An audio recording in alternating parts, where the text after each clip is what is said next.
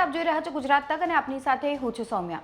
વિંછિયામાં આવનારા દિવસોમાં મહાસંમેલન યોજાવા જઈ રહ્યું છે, જેને લઈને અત્યારથી જ માહોલ ગરમ જોવા મળી રહ્યો છે। આ બધાની વચ્ચે એક પત્રિકા છે સોશિયલ મીડિયા પર ખૂબ જ વાયરલ થઈ રહી છે।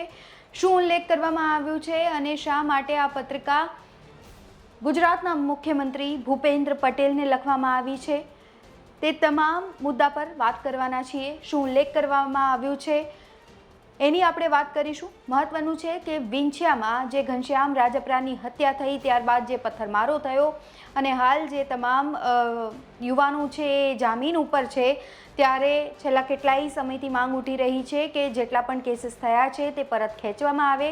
જેમ પાટીદારોના કેસ છે, પાટીદાર આંદોલન સમયના એ પાછા ખેંચવામાં આવ્યા, બસ એવી જ રીતે કોળી અને ઠાકોર સમાજના યુવાનોના કેસ પણ પરત લેવામાં આવે તેવી માંગ સાથે આ સંમેલન છે આવનારા દિવસોમાં યોજાવા જઈ રહ્યું છે। આ સાથે જ અલગ અલગ માંગ પણ છે જેનો ઉલ્લેખ આ પત્રિકામાં પણ કરવામાં આવ્યો છે।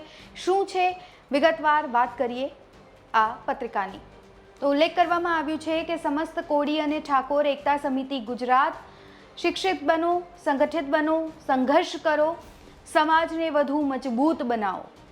સંગઠનના કાર્ય શિક્ષણ, સમાજ સુધારણા, વ્યસન મુક્તિ, વ્યવસાયલક્ષી આયોજન, રાષ્ટ્રીયની સંપત્તિની જાળવણી વગેરે। હેડ ઓફિસ આંબલી ચોક, હાઈસ્કૂલ રોડ, નવકાર શોપિંગ, વિંછિયા, જિલ્લા રાજકોટ।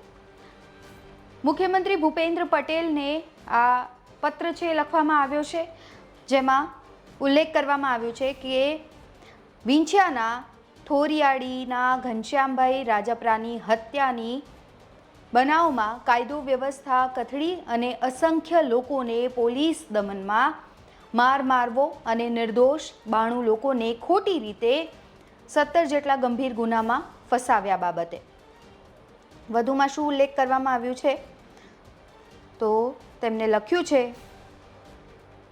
કે જય ભારત સાથે આપ સાહેબને જણાવવાનું કે તારીખ 29ના રોજ વિંછિયાના થોરિયાડી ઘનશ્યામભાઈ રાજપરાની અસામાજિક તત્વો દ્વારા હત્યા કરવામાં આવી અને તે હત્યારાને પકડવામાં નિષ્ફળ પોલીસ જવાબદાર હતી। તે હત્યારાને પકડવામાં 4 દિવસ વિંછિયા મામલતદાર કચેરી મુકામે મૃતદેહ નહીં સંભાળવા સાથે ન્યાય માટે ધરણા કરેલા, જેમાં 4 દિવસ બાદ માત્ર 5 આરોપી પકડાયેલા અને પોલીસે બાંહેધરી આપી કે આ વિસ્તારમાં ફરી આવી ઘટના ન બને તે માટે તમામ આરોપીઓને જાહેરમાં માર મારી સરઘસ કાઢી કાયદા વ્યવસ્થાનું ભાન કરાવવામાં આવશે। તે બાંહેધરી સાથે મૃતકની ડેડ બોડી લઈ અને ધરણા પૂર્ણ કરેલા અને તારીખ 6ના રોજ જ્યારે તમામ હત્યારા આરોપીનું સરઘસ નીકળશે એ હેતુ અર્થે વિંછિયા અસંખ્ય લોકો હાજર થઈ ગયા।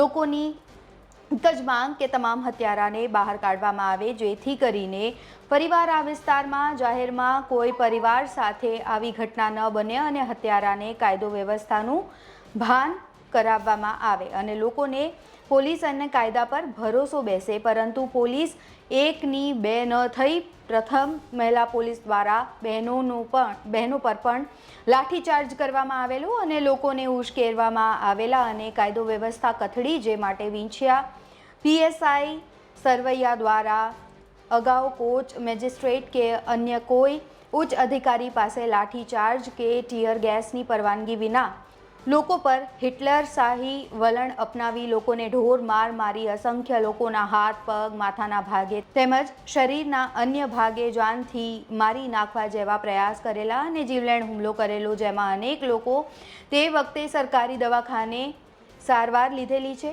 તો અમારી એક જ માંગ છે કે આ લોકોના ટોળાને વધારે ઉશ્કેરવા માટે વિંછિયા પોલીસે પ્રયાસ કરેલો અને 92 લોકો પર ખોટી રીતે 17 જેટલી કલમ ઉમેરી ફરિયાદ કરેલી, પરંતુ જેમાં ખરેખર વિંછિયાની અંદર ખરીદી, મજૂરી કે અન્ય કારણોસર આવેલા લોકોને ખોટી રીતે ફસાવવામાં આવેલા છે। તો આ તમામ બાબત પર અભ્યાસ કરી ખરેખર જે નિર્દોષ છે તેના પરથી આ ખોટી રીતે કરવામાં આવેલી ફરિયાદ હટાવવામાં આવે અને વિંછિયા પોલીસને કોના કહેવાથી લાઠીચાર્જ કે ટીયર ગેસની મંજૂરી આપી તેની તપાસ કરવામાં આવે અને રસ્તામાં જ્યાં હીરાના કારખાના છે તે તમામ કારીગરની 2 વ્હીલર ગાડીને પોલીસે ભાંગતોડ કરી તે કોના કહેવાથી કરવામાં આવી અને તેનું વળતર ચૂકવવામાં આવે અને તમામ ગેરકાયદેસર રીતે લાઠીચાર્જ ટીયર ગેસ છોડનાર તમામ પર પોલીસ ફરિયાદ કરવામાં આવે અને 92 નિર્દોષ લોકોને ન્યાય આપવામાં આવે એવી અમારી માંગ છે.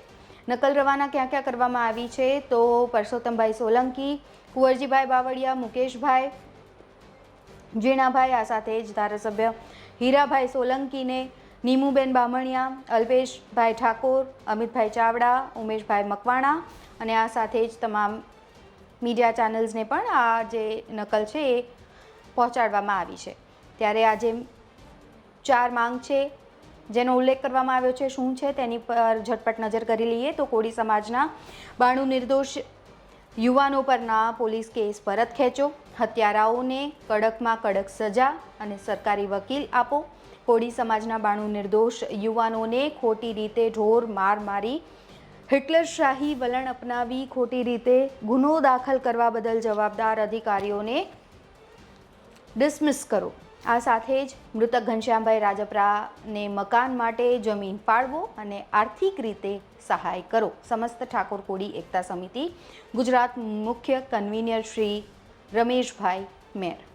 તો આ પત્રિકા છે હાલ ગુજરાતના મુખ્યમંત્રી સહિત ધારાસભ્ય અને મંત્રીઓ સુધી પહોંચાડવામાં આવી છે. ત્યારે જોવું રહ્યું કે આમાંથી કયા નેતા સામે આવે છે, આમના વારે આવે છે અને સરકાર શું એક્શન લે છે. અત્યારે આ રિપોર્ટમાં બસ આટલું જ. ગુજરાતના તમામ મહત્વના સમાચાર જોવા માટે અને જાણવા માટે આપ જોડાયેલા રહો ગુજરાત તક સાથે. નમસ્કાર.